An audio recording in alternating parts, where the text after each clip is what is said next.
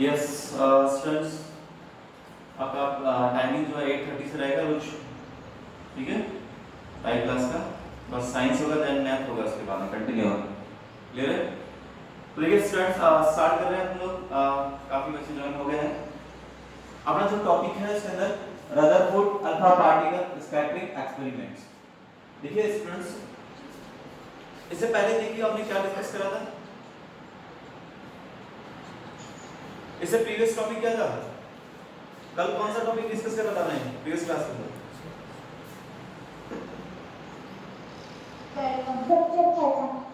Structure of atom. Model कौन सा discuss करा था? J Thomson. Yes, J Thomson model, है ना? तो क्या बताया जे थॉमसन ने मॉडल में? J Thomson atomic model discuss किया था हमने। तो जे थॉमसन ने बताया था कि एटम जो है स्फीयर है जो पॉजिटिवली चार्ज होता है। स्फेरिकल एक पॉजिटिवली चार्ज स्फीयर होता है और उसके अंदर जो इलेक्ट्रॉन्स हैं वो रैंडमली अरेंज होते हैं। Clear students? अब देखिए उसके बाद में उसके अंदर हम लिमिटेशंस की बात करी थी इसके अंदर। तो इसके कुछ कमियां थी।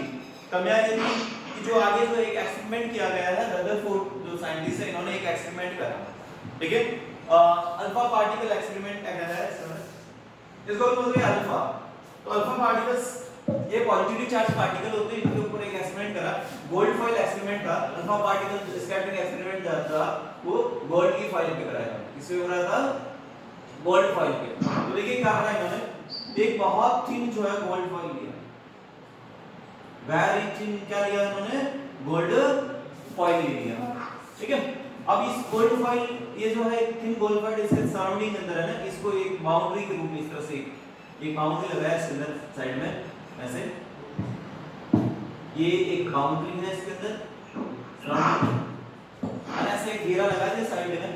और इसका जो अंदर का जो सरफेस था ना, ये अंदर के सरफेस पे एक ऐसा मटेरियल का कोटिंग करा जो अल्फा पार्टिकल जैसे ही इसे टकराएंगे तो वहां पे जो है वो एक फ्लोरोसेंट लाइट प्रोड्यूस होगी। तो ये जो एक सर्कुलर जो है वो फ्लोरोसेंट स्क्रीन लगाया है। ये है इसके अंदर सर्कुलर फ्लोरोसेंट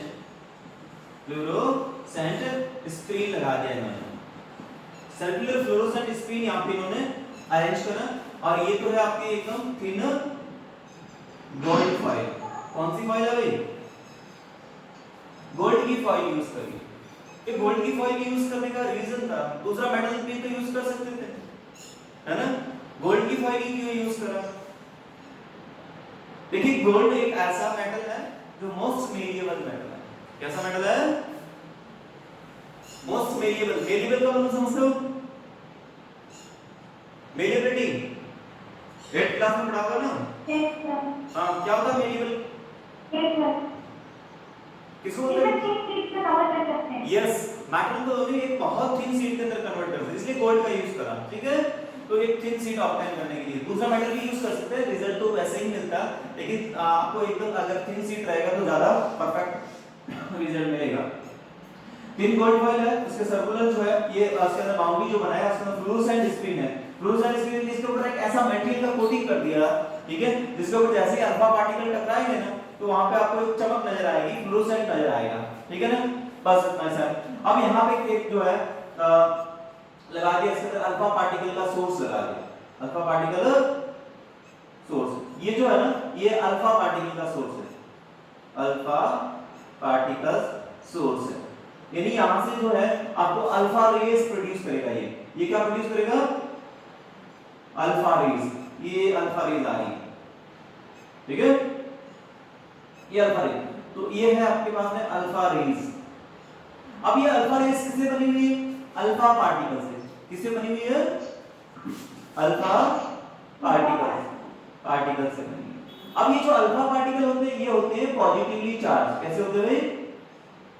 पॉजिटिवली चार्ज होते हैं, ध्यान दीजिएगा। ये पॉजिटिवली चार्ज पार्टिकल होते हैं और इनका मास भी ज्यादा होता है ना? और इनका जो अल्फा पार्टिकल का जो है वो हाई मास होता है, हाई मास होता है। इस वजह से इसके अंदर एनर्जी भी ज्यादा आ जाती है ना? मास ज्यादा होगा तो उसका जो है मोमेंटम ज्यादा हो जाता है। p को स्क्वायर भी मास ज्यादा तो वेलोसिटी और मास का मल्टीप्लाई जो करते हैं तो मोमेंटम ज्यादा होता है, एनर्जी ज्यादा होगी, ठीक है। तो यहाँ पे देखिए अल्फा पार्टिकल्स जो है वो पॉजिटिवली चार्ज पार्टिकल है, इतना ध्यान रखिएगा। अब देखिए यहाँ पे ये जो आके ये गोल्ड के फॉइल के एटम्स हैं, ये गोल्ड के फॉइल एटम्स हैं, इन एटम पे आके टकराएंगे तो देखिए क्या होगा इसके अंदर। आपने यहाँ पे मैं किसी एक एटम का सीन दिखा रहा हूँ, एक एटम को अलग से लेकर दिखा रहा हूँ। ये मान लीजिए एक एटम है, ठीक है, गोल्ड में से ये गोल्ड की फाइल का सपोज करिए ये एटम को मैंने यहाँ पे दिखाया। अब देखिए इसके ऊपर जो है बहुत सारी जो है अल्फा रेज आ रही है, इसके ऊपर क्या आ रही है, बहुत सारी अल्फा रेज आ रही है, ठीक है। ये अल्फा रेज को समझना इसके अंदर सपोज करिएगा इसके ऊपर 10,000 अल्फा रेज आ रही है। कितनी आ रही है, कितनी अल्फा रेज आ रही है एक एटम पे, 10,000। ये इसका सेंटर पॉइंट है, ये इसका सेंटर पॉइंट है, ठीक है। तो देखिएगा रदरफोर्ड ने क्या ऑब्जर्वेशन किया कि जब एक एटम के ऊपर या फिर जिसके गोल्ड फॉइल के ऊपर आपने ये अल्फा पार्टिकल्स की बम्बार्डमेंट करा, तो देखिएगा क्या हुआ इसके अंदर कि मोस्ट ऑफ जो अल्फा पार्टिकल थे वो विदाउट डेविएट, यानी अपनी जो जिस रास्ते से आ रहे थे सीधे रास्ते से निकल गए, जिस रास्ते से आए उसी रास्ते से निकल गए, ठीक है, विदाउट डेविएशन। लेकिन कुछ पार्टिकल्स जो थे जो सेंटर के पास में एटम के सेंटर के करीब जो आ रहे थे वो अपना डायरेक्शन को चेंज कर दिया। कुछ पार्टिकल जो है वो ऐसे 90 डिग्री पे बेंड हो गए और कुछ पार्टिकल जो डिस्टेंस पे ज्यादा डिस्टेंस पे थे वो 90 डिग्री पे बेंड हुए और इसके बाद जो जितना ज्यादा सेंटर के करीब आएंगे वो उतना ज्यादा जो है डेविएट हुए, यानी अपना जो है पाथ को उतना ज्यादा चेंज करा। वैसे ही इसके अंदर भी ऐसे ही हुआ, ये पार्टिकल जो सेंटर से डिस्टेंस पे थे वो थोड़े कम डेविएट हुए, जो सेंटर के ज्यादा पास आए वो ज्यादा डेविएट हुए। ऐसा लेकिन एक पार्टिकल 10,000 में से एक पार्टिकल ऐसा था, 10,000 पार्टिकल में से एक सिंगल पार्टिकल ऐसा था जो 180 पे बेंड होगा या बाउंस बैक हो गया, जिधर से आया उधर से वापस चला गया, ठीक है ना, जिधर से आया उसी रूट पे उल्टे पांव चला गया, आ गया समझ। तो ये तो उन्होंने ऑब्जर्वेशन देखा, यानी ये चीज उन्होंने इसके अंदर ऑब्जर्व करी। क्या ऑब्जर्व करा कि most of the alpha particles जो वो विदाउट डेविएट स्ट्रेट पास हो जाते हैं, ठीक है। सेकंड चीज उन्होंने ऑब्जर्व करी जो पार्टिकल्स सेंटर के नियर आ रहे हैं वो अपना पाथ को चेंज कर रहे हैं, वो अपना पाथ को क्या कर रहे हैं, चेंज कर रहे हैं, और जो बिल्कुल फेस टू फेस आया सेंटर पे वो एकदम उल्टे पांव चला जा रहा है, यानी 180 पे भाग रहा है। ऐसा और रदरफोर्ड ने अपनी एक बुक के अंदर ये वाला जो ऑब्जर्वेशन है इसको ऐसे लिखा कि एक टोप से निकला हुआ गोला टिश्यू पेपर से टकरा के वापस आ गया। हो सकता है ऐसा? हाँ? अरे टोप से निकला हुआ गोला टिश्यू पेपर से टकरा के वापस आ सकता है क्या? हाँ? लेकिन ऐसा ही कुछ हुआ यहाँ पे।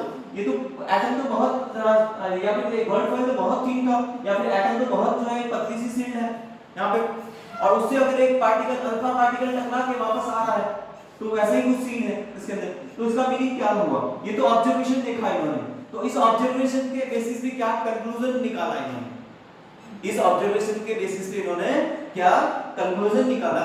तो देखिएगा इन्होंने कंक्लूजन क्या निकाला, देखो सुनना समझना थोड़ा सा ढंग से। इस एक्सपेरिमेंट के बेसिस पे रदरफोर्ड ने ये कंक्लूड किया कि एटम का जो मोस्ट ऑफ पार्ट है वो एम्प्टी है, खोखला है, खाली है। क्या बताया? अब आप बोलोगे सर ये कैसे पता चल गया? देखिए समझ इसको थोड़ा सा। एक्चुअली मैंने आपको पहले बताया कि अल्फा पार्टिकल पे कौन सा चार्ज है, अल्फा पार्टिकल पे कौन सा चार्ज है, अल्फा पार्टिकल पॉजिटिव चार्ज है। अब सुनना, यहाँ पे ये पॉजिटिव चार्ज वाले पार्टिकल आ रहे हैं। अब देखिए कुछ पार्टिकल अपने डायरेक्शन को चेंज कर रहे हैं, कुछ पार्टिकल जो सेंटर के करीब आ रहे हैं ना वो अपना डायरेक्शन को चेंज कर रहे हैं। इसका मतलब ये डायरेक्शन को चेंज कर रहे हैं ना, अपने आप तो करा नहीं। अब मैंने एक चीज और बताया, इनके अंदर काफी ज्यादा एनर्जी भी होती है। अल्फा पार्टिकल ऐसे कोई छोटे मोटे हल्के फुल्के है नहीं, समझ आ गया, काफी एनर्जेटिक होते हैं। अगर यहाँ पे कोई छोटा मोटा अगर होता कोई पार्टिकल इनके सामने तो इनको ये हटा के निकल जाता, साइड में करके निकल जाता। लेकिन यहाँ पे अगर अल्फा पार्टिकल ने अपना रास्ता बदला तो इसका मतलब क्या हुआ, इसका मतलब क्या हुआ, यहाँ पे जो है ना सामने कोई अल्फा पार्टिकल से भी ज्यादा कोई पावरफुल पार्टिकल है, समझ में आ रहा है? अभी अपन जैसे जा रहे हैं सीधे, अब कोई छोटा मोटा एकदम लल्लू पल्लू हो तो अपन उसको धक्का मार के निकल जाते हैं ना, और सामने कोई बड़ा सा पहलवान खड़ा हो तो फिर क्या करते हो आप, साइड में से निकलोगे कि नहीं निकलोगे? हाँ, दूर होके निकल जाओगे ना चुपचाप। वैसे ही कुछ हुआ ना अल्फा पार्टिकल के साथ में। तो अल्फा पार्टिकल अपना डायरेक्शन को चेंज करा, इसका मतलब क्या हुआ, यहाँ पे कोई है जो इनसे भी बहुत ज्यादा पावरफुल है, सेंटर के अंदर कोई ऐसा पार्टिकल्स है जो बहुत ज्यादा पावरफुल है। अब देखिए पावरफुल है यानी सेम है, अपने जैसा ही है, यानी पॉजिटिव चार्ज, अल्फा पार्टिकल पे पॉजिटिव चार्ज, इसका मतलब यहाँ पे भी क्या है, यहाँ पे भी कौन सा चार्ज है, सेंटर में भी पॉजिटिव चार्ज ही है, समझ में आ रहा है। तो इसका मतलब ये हुआ कि यहाँ पे कोई ऐसा पॉजिटिव चार्ज है या ऐसा पॉजिटिव चार्ज का एरिया है जो अल्फा पार्टिकल के कंपेयर में बहुत ज्यादा जो है पावरफुल है, जो अल्फा पार्टिकल को आसपास में ही बटने दे रहा है, समझ में आ रहा है। तो इस वजह से जो अल्फा पार्टिकल जो है इस सेंटर के पास में जो आ रहे हैं वो अपना रास्ता पहले ही बदल देते हैं, वो अपना डेविएट हो जाता है, अपने पास से क्या हो गए, डेविएट हो गए, समझ में आ गया। तो ये चीज है इसके अंदर। तो इसी बेसिस पे इन्होंने कंक्लूजन ये फाइंड आउट करा कि एटम का जो मोस्ट ऑफ द केस में आपने बताया ज्यादातर जो पार्टिकल है वो तो क्या हो गए, स्ट्रेट जा रहे हैं, ज्यादातर पार्टिकल बिना डेविएट हुए जा रहे हैं। तो इसका मतलब ये हो गया एटम का मोस्ट ऑफ पार्ट क्या है, एम्प्टी है, खोखला है। जबकि थॉमसन क्या बोला, थॉमसन साहब ने क्या बोला था, थॉमसन के मॉडल के अंदर हमने क्या बताया था कि एटम के अंदर जो पॉजिटिव चार्ज है पूरे एटम के अंदर स्प्लिट होता है, पूरे एटम के अंदर पॉजिटिव चार्ज स्प्लिट होता है। लेकिन रदरफोर्ड के हिसाब से ऐसा कुछ है नहीं, रदरफोर्ड के हिसाब से ऐसा कुछ नहीं है। इनके हिसाब से जो पॉजिटिव चार्ज है वो केवल एक सेंटर में ही है, इनके हिसाब से क्या है, पॉजिटिव चार्ज केवल कहां पे है, सेंटर में है, पूरे एटम के अंदर नहीं है, समझ में आ रहा है। दूसरा चीज देखो, अगला देखो इसका और क्या ऑब्जर्वेशन करा, तो एक तो पहला ऑब्जर्वेशन हो गया मोस्ट ऑफ पार्ट जो एम्प्टी है, और बताया इसके अंदर जो एटम का जो पॉजिटिव चार्ज एरिया है वो केवल उसके सेंटर में ही है। क्या बताया इन्होंने, एटम का पॉजिटिव चार्ज एरिया केवल कहां पे है, एटम के सेंटर में ही है, पूरे एटम के अंदर फैला हुआ नहीं है जैसे थॉमसन साहब बोल रहे थे, वो गलत चीज थी, ठीक है। दूसरा चीज है, थॉमसन ने बोला था कि भाई एटम का पूरा मास है उसके अंदर स्प्लिट होता है, पूरे एटम के अंदर फैला हुआ होता है, लेकिन ऐसा नहीं है। रदरफोर्ड के एक्सपेरिमेंट के हिसाब से ये है कि एटम का जो मास है, मोस्ट ऑफ जो मास है वो केवल सेंटर में ही कंसंट्रेट है, एक ही जगह पे है सेंटर, पूरे एटम के अंदर जो है मास स्प्लिट नहीं है। आ रहा समझ में, ये चीज बताया इन्होंने। तो ये इसका इनका जो है कंक्लूजन था, ये इनका कंक्लूजन था, ठीक है। तो कंक्लूजन आप देखोगे इसके अंदर कि मोस्ट ऑफ जो अल्फा पार्टिकल वो स्ट्रेट पास हो रहे हैं, इसका मतलब वहां पे एम्प्टी है, मोस्ट ऑफ एटम का जो है वो एम्प्टी है, वहां पे कोई जो है पॉजिटिव चार्ज पार्टिकल नहीं है। और कुछ पार्टिकल जो है 90 डिग्री पे बेंड हुए, कुछ जो है 180 पे 120 पे बेंड हुए। तो इसका मीनिंग क्या हुआ कि वो पार्टिकल रिपेल हो रहे हैं, सेम पॉजिटिव चार्ज है ना यहाँ पे, और अल्फा पार्टिकल पे भी पॉजिटिव चार्ज है, तो सेम चार्ज के बीच में रिपेल होने की वजह से, रिपल्सन होने की वजह से ये अपना डायरेक्शन को चेंज करा, ठीक है।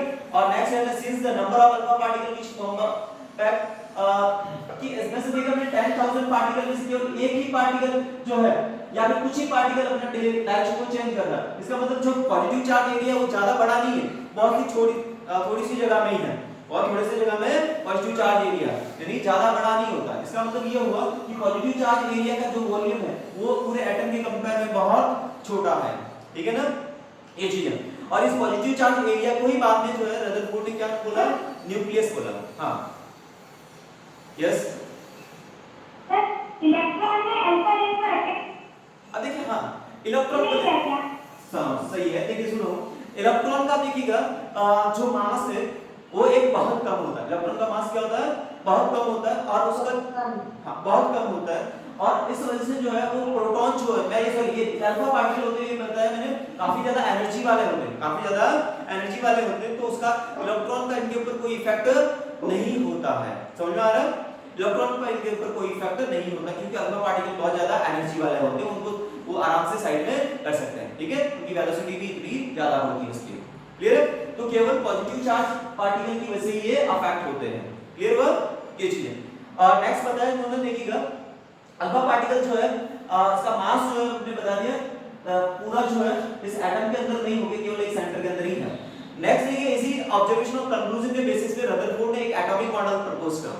क्या दिया रदरफोर्ड का एटॉमिक मॉडल। तो अब अपन बात कर रहे हैं इसके अंदर इस रदरफोर्ड के अल्फा पार्टिकल एक्सपेरिमेंट के बेसिस पे इन्होंने क्या दिया, एटॉमिक मॉडल। तो अगला जो है ना, atomic model of Rutherford, atomic model of Rutherford. तो रदरफोर्ड का एटॉमिक मॉडल समझना, देखिए इन्होंने क्या बताया, देखिए इस प्रैक्टिकल ये जो एक्सपेरिमेंट के बेसिस पे इन्होंने क्या बता दिया कि एटम का जो है ना पूरा पॉजिटिव चार्ज है वो उसके सेंटर में है। पॉजिटिव चार्ज कहां पे है, केवल सेंटर में, पूरे एटम के अंदर फैला हुआ नहीं है। तो इसको इन्होंने क्या नाम दिया, न्यूक्लियस। क्या नाम दिया, न्यूक्लियस नाम, ठीक है। और बताया इस न्यूक्लियस के सराउंडिंग में, इस न्यूक्लियस के चारों तरफ जो है वो इलेक्ट्रॉन्स जो है वो रिवॉल्व करता है या चक्कर लगाता है, मूव करता है। क्या बताया इन्होंने? इलेक्ट्रॉन्स जो है वो न्यूक्लियस के चारों तरफ मूव करता है। अब ये नहीं बताया कि कौन से पाथ पे मूव करता है, कैसे मूव करता है, कैसे स्टेबल होता है, इस चीज के बारे में कुछ भी नहीं बताया इन्होंने। केवल इतना बता दिया कि इलेक्ट्रॉन जो है वो एक पागलों की तरह जो है न्यूक्लियस के चारों तरफ चक्कर लगाता रहता है। ठीक है, लेकिन कितनी देर लगाएगा चक्कर, स्टेबल कैसे रहेगा, वो उसको एनर्जी कहां से मिलेगी, इस चीज के बारे में ये कुछ भी नहीं बताए थे। समझ आ रहा है? तो इनका मॉडल इतना ही है कि एटम के अंदर जो न्यूक्लियस पॉजिटिव चार्ज एरिया है वो उसके सेंटर में होता है, जिसको उन्होंने न्यूक्लियस बोला, और बोला कि इलेक्ट्रॉन्स जो है वो उसके सराउंडिंग अंदर या फिर न्यूक्लियस के सराउंडिंग में मूव करते रहते हैं। क्लियर है? ये तो हो गया मॉडल। अब इस मॉडल के जो है कुछ ड्रॉबैक्स है। इस मॉडल के क्या है?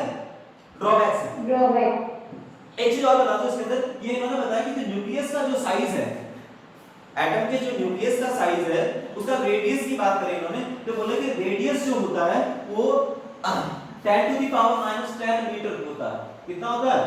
10 टू द पावर 10 मीटर। ये न्यूक्लियस का रेडियस।